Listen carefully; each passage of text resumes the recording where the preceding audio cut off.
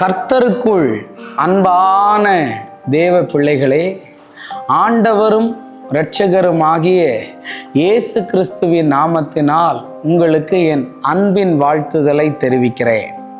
இந்த நல்ல நாளிலேயும் யோவான் 5வது அதிகாரம் அதனுடைய 4வது வசனத்தை வாசிக்கிறேன். ஏனெனில் சில சமயங்களிலே தேவதூதன் ஒருவன் அந்த குளத்தில் இறங்கி தண்ணீரை கலக்குவான்.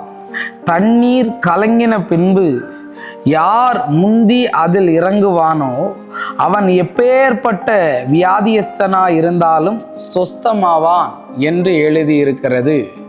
இன்னைக்கு மெசேஜோடைய தலைப்பு என்ன தெரியுமா? கண் கலங்குகிறேன் என்று நான் பேச விரும்புகிறேன். அந்த காலத்தில் பெதஸ்தான் ஒரு குளம் இருந்துச்சு. அந்த பெதஸ்தா என்கிற குளம் கலங்குகிற நேரத்தில் எல்லாம் எப்பேற்பட்ட பிரச்சனைக்கும் முடிவு வந்துடுறது தேவ பிள்ளைகளே. ஏன்னா கலங்கும் போது அது தெளிஞ்ச உடனே விடுதலை நடக்கும். ஆமேன். இன்னைக்கு பெதஸ்தா குளம் கலங்கிக்கிட்டே இருக்கிறதோ இல்லையோ எனக்கு தெரியல. நிறைய பேருடைய கண்ணு கலங்கிக்கிட்டே இருக்குது. எனக்கு ஒரு விடுதலை வந்துடாதா? நான் எழும்பிட மாட்டேனா? எனக்கு ஒரு சுகம் கிடைச்சிராதா? எனக்கு ஒரு அற்புதம் நடந்துராதான்னு தேவ பிள்ளைகளே, உங்களை பார்த்து தீர்க்க தரிசனமாய் சொல்லுகிறேன். உங்களுடைய கண்கள் கலங்குகிற நேரங்களில் எல்லாம் எப்பேற்பட்ட பிரச்சனையில இருந்தாலும் தேவன் அதில் இருந்து உங்களுக்கு ஒரு தீர்வையும் ஒரு முடிவையும் ஒரு ஆசீர்வாதத்தையும் தருகிறவராய் இருக்கிறார். ஹல்லேலூயா. ஷபா ரபா லீகா ரூடபா சே ஹந்தா ராபா லாபா. இன்னைக்கு இந்த டிவி வழியா, இந்த யூடியூப் வழியா இதை பார்த்துக்கிட்டு இருக்கிற என் சகோதரி, நீ பெங்களூர்ல இருந்து இதை பார்த்துக்கிட்டு இருக்கலாம், திருநெல்வேலியிலிருந்து இதை நீ பார்த்துக்கிட்டு இருக்கலாம், தூத்துக்குடியிலிருந்து நீ இதை பார்த்துக்கிட்டு இருக்கலாம்.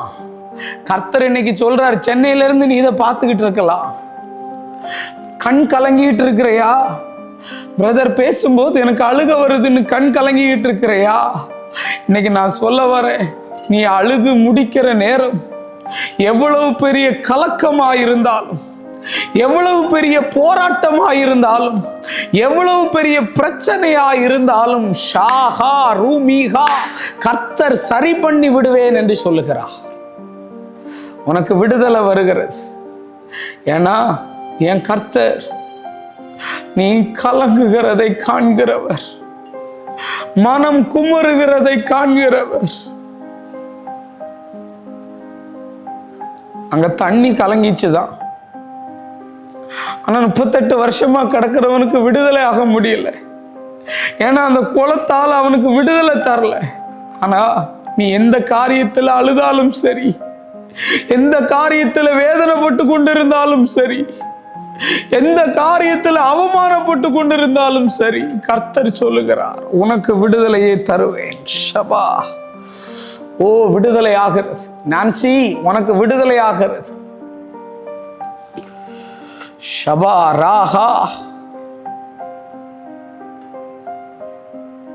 கண் கலங்கி கொண்டிருக்கிறாய்,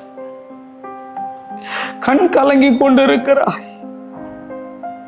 கர்த்தர் தெளிய பண்ணுவாராக. ஜெபிப்போமா?